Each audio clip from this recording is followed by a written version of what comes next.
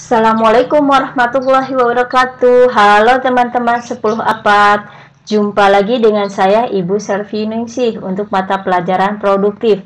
Kali ini kita akan belajar mengenai mata pelajaran kualitas air. Pada pertemuan pertama ini kita akan belajar mengenai parameter kualitas air. Dalam hal ini kita akan mempelajari mengenai parameter fisika. Nah, ini gambar apa teman-teman? Ini adalah gambar ikan. Nah, tahu nggak nih teman-teman di mana si ikan ini hidup? Nah, ikan ini hidupnya adalah di dalam air. Nah, makanya teman-teman ini harus bisa menjaga tempat hidup si ikan, yaitu air, agar ikannya bisa tumbuh dan berkembang dengan baik.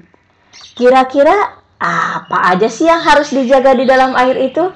Kita pelajari, teman-teman. Nah, yang harus dijaga di dalam air itu namanya parameter kualitas air. Parameter kualitas air ini terdiri dari 3 jenis. Ada namanya parameter fisika, parameter kimia, dan parameter biologi. Ini definisinya masing-masing teman-teman. Jika parameter fisika ini parameter yang bisa diamati akibat perubahan fisik air. Kimia diamati akibat adanya reaksi kimia, sedangkan biologi ini berarti dipelajari karena adanya organisme akuatik, adanya makhluk hidup yang hidup bersama di dalam perairan. Ini beberapa contoh parameter fisika, kimia, maupun parameter biologi. Yang pertama kita pelajari parameter fisika. Parameter yang dapat diamati akibat perubahan fisik air. Artinya ini bisa dilihat, bisa dirasakan oleh panca indera. Dilihat, dirasa, sama mata, sama lidah, dirasa, dan sebagainya. Itu berarti termasuk ke dalam parameter fisika. Ini parameter fisika yang pertama ini adalah suhu. Definisi suhu adalah ukuran derajat panas atau dinginnya suatu benda. Dalam hal ini berarti ukuran derajat panas atau dinginnya air. Satuan untuk suhu ini bisa derajat dalam bentuk Celcius, Fahrenheit, Kelvin, ataupun Reaumur. Tapi kalau dalam Indonesia itu biasanya kebanyakan menggunakan suhu dalam bentuk derajat Celcius. Ini termometer untuk mengukur suhunya. Parameter fisika yang kedua adalah warna air. Pengertiannya, warna air ini menunjukkan warna perairan yang umumnya dipengaruhi oleh jenis substrat atau biota yang dalam perairan tersebut. Ini biasanya air ini lebih banyak dipengaruhi oleh plankton.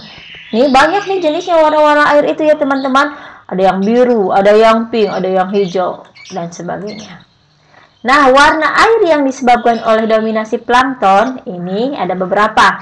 Hijau ini biasanya oleh Dunaliella dan Chlorella. Ini baik loh teman-teman untuk budidaya perairan. Kalau warnanya hijau tua ini oleh Microcystis spirulina. Ini biasanya kurang baik untuk kegiatan budidaya karena banyaknya bahan organik. Jadi kalau ada warna hijau tua, teman-teman memilih warna hijau karena baik untuk budidaya. Ada lagi warna perairan kuning kecoklatan. Ada hijau kecoklatan, ini biasanya adanya di tambak, bagus untuk budidaya udang. Coklat kemerahan, ini tidak baik loh teman-teman, jangan digunakan untuk budidaya karena berbahaya dan beracun. Parameter fisika yang ketiga adalah kecerahan. Kecerahan ini adalah kondisi yang menunjukkan kemampuan cahaya untuk menembus lapisan air pada kedalaman tertentu. Ini alatnya untuk mengukur kecerahan namanya CCDIS. Parameter fisika yang keempat, kedalaman. Kedalaman adalah parameter yang menunjukkan tinggi rendahnya air dengan satuannya adalah meter. Yang kelima, parameter fisikanya adalah salinitas. Ini pengertiannya konsentrasi total ion di perairan. Satuannya ini bisa gram per liter atau ppt, part per thousand. Pengertian salinitas yang mudah ini adalah jumlah kadar garam yang terdapat pada suatu perairan. Parameter fisika yang keenam, kecepatan arus. Ini artinya gerakan massa air dari satu tempat ke tempat lain, baik secara vertikal maupun secara horizontal ke samping. Yang ketujuh, parameter fisikanya ada namanya debit air. Ini debit ini ukuran banyaknya volume air dalam suatu tempat atau yang dapat ditampung. Jadi jumlahnya banyaknya air itu namanya debit air. Satuannya itu meter kubik per detik.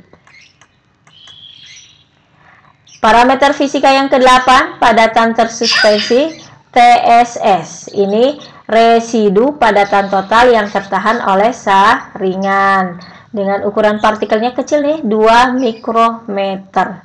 Ini yang termasuk TSS itu ada lumpur, ada tanah liat, logam oksida, besi, sulfida, ganggang, bakteri, dan jamur. Itu termasuk ke dalam padatan total tersuspensi. Parameter fisika yang ke-9, intensitas radiasi cahaya matahari. Ini cahaya matahari ini sangat diperlukan ya untuk kehidupan makhluk hidup, termasuk di dalam untuk perairan juga. Demikian parameter fisika yang kita pelajari pada pertemuan kali ini.